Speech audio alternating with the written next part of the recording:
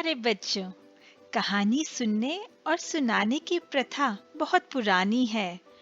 हम सब भी अपने बचपन में कहानी सुने बिना नहीं सोते थे।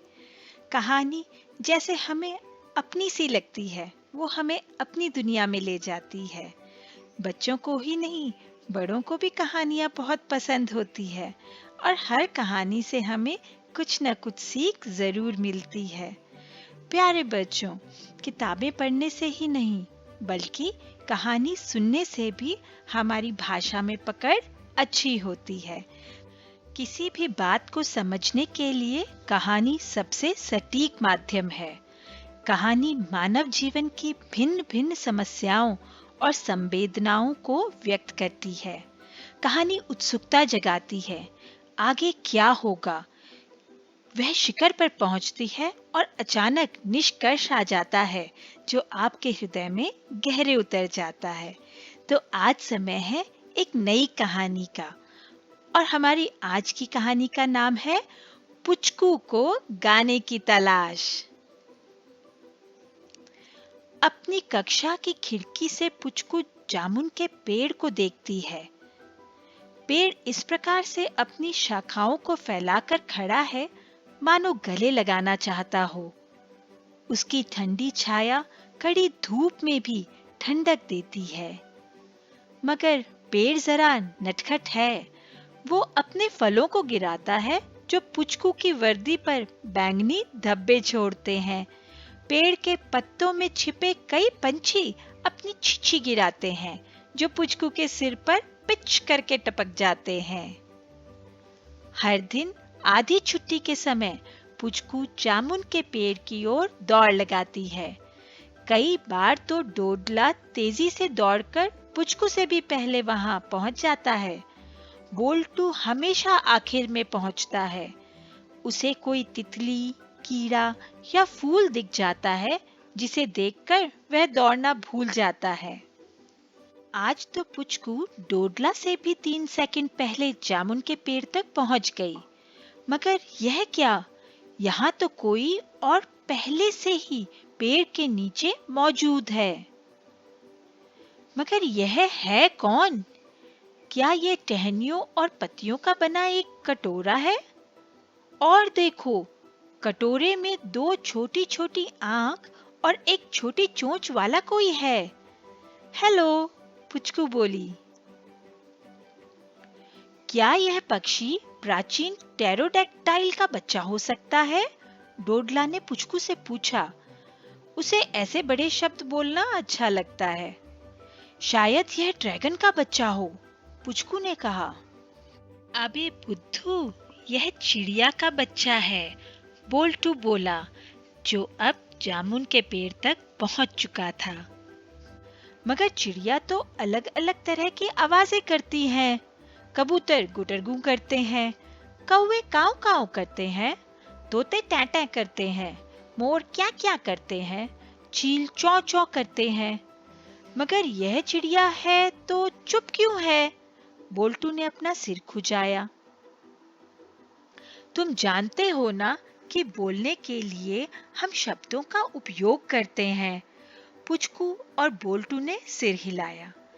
इसी तरह पंछी गाने का उपयोग करके एक दूसरे से बातें करते हैं। शायद यह चिड़िया का बच्चा अपने गाने को अभी तक नहीं जान पाया क्योंकि यह अभी बहुत छोटा है। डोडला कुछ चिंतित लगा, मगर बिना अपने गाने को जाने यह किसी से बात भी नहीं कर पाएगा, एकदम अकेला पड़ जाएगा। पुचकू ने निश्चय किया कि ये काम धुरंधर योजना विभाग, जिसे बोल्टू, पुचकू और डोडला चलाते हैं, को अपने हाथ लेना ही चाहिए। बोल्टू, डोडला, हम इस नन्ही पक्षी के गाने की तलाश करेंगे।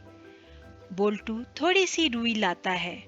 डोडला एक गत्ते के डब्बे का इंतजाम करता है। पुचकू उन जगहों का नक्शा बनाती है जहां नन्ही चिड़िया के लिए सही गाना मिल सकता है। सबसे पहले नन्ही चिड़िया और धुरंधर योजना विभाग संगीता आंटी की संगीत कक्षा में जाते हैं। बड़ी सावधानी से पुचकू चिड़िया के बच्चे को बाहर निकालती है। इमरान बांसुरी बजा रहा है, पी पी पी। क्या यह तुम्हारा गाना है? पुचकू ने पूछा। नन्ही चिड़िया चुप रही। फिर वे चिड़िया को अलग अलग कमरों में ले गए। किंग किंग किंग, टिंग टाई टिंग, पा पा पा, डप डप डप, टिन टिन टिन, वाव वाव वाव। क्या यह तुम्हारा गाना है? पुचकू ने पूछा। लेकिन नन्ही चिड़िया चुप है। उसने पुचकू की ओर देखा। बोल्टू ने अपना सिर खुजाया। डोडला उदास है। पुचकू ने नन्ही से कहा, चिंता मत करो, हम तुम्हारे गाने का पता लगा कर रहेंगे।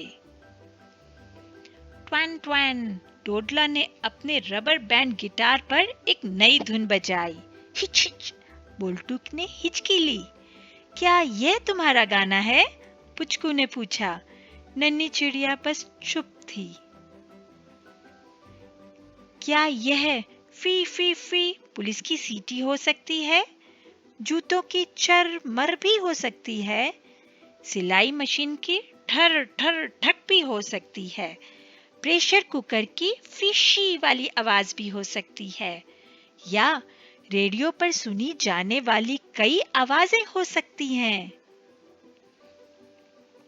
पुचकू अपनी माँ का मोबाइल फोन लाकर उसकी सारी रिंगटोन एक के बाद एक बजाती है और नन्ही चिड़िया से पूछती है, क्या यह तुम्हारा गाना है? डोडला का पेट कुड़कुड़ाता है। वे टिफिन खाना भूल गए थे। क्या यह तुम्हारा गाना है? पुचकू पूछती है, पर नन्ही चिड़िया चुप रही।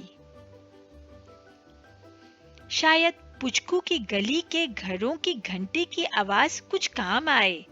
वे एक एक करके सारी घंटियां बजाते हैं, टिंग टिंग, ट्रिन ट्रिन।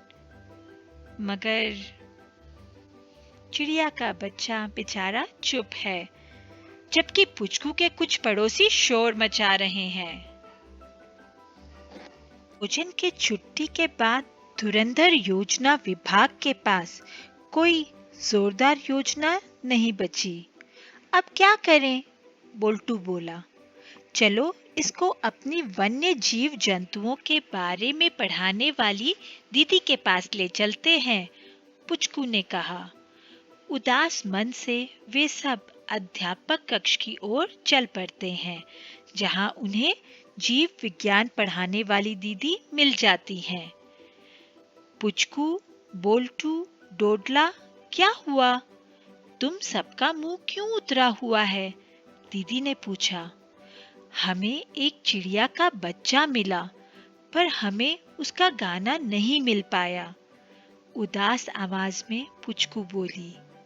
हमने सब जगह ढूंढ लिया, डोडला और भी दुखी आवाज में बोला। बोल्टू और भी दुखी होकर नाक सुकड़ रहा था। कोई बात नहीं, जरूरी नहीं कि हमें हमेशा सफलता मिले, दीदी ने एक रुमाल दिया। पर नन्ही चिड़िया को अभी तक गाना नहीं मिल पाया। पुचकू रो पड़ी। लेकिन आप सब तो उसके साथ हैं ना? उसे आप लोग तो छोड़ नहीं देंगे, क्योंकि वो दूसरी चिड़ियों की तरह गा नहीं पाती? दीदी ने पूछा। पुचकू, बोल्टू और डोडला ने अपना सिर हिलाया।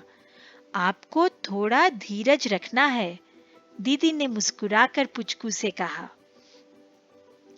पुचकू ने नन्ही चिड़िया को सावधानी से उठाया और कहा, नन्ही, अपने कान खुले रखना। कोई धुन अगर अच्छी लगे तो उसे अपना लेना। मैं भी तुम्हारे साथ गाऊंगी, ठीक है? नन्ही चिड़िया ने अपना छोटा सा सिर हिलाया और कहा, छी। तो ये थी कहानी प्यारे बच्चों, पुचकू को गाने की तलाश। और कहानी के अंत में पुचकू को नन्ही चिड़िया का गाना मिल ही गया। प्यारे बच्चों, हम सब फिर मिलेंगे एक नई कहानी के साथ। आप सब अपना ख्याल रखना। धन्यवाद।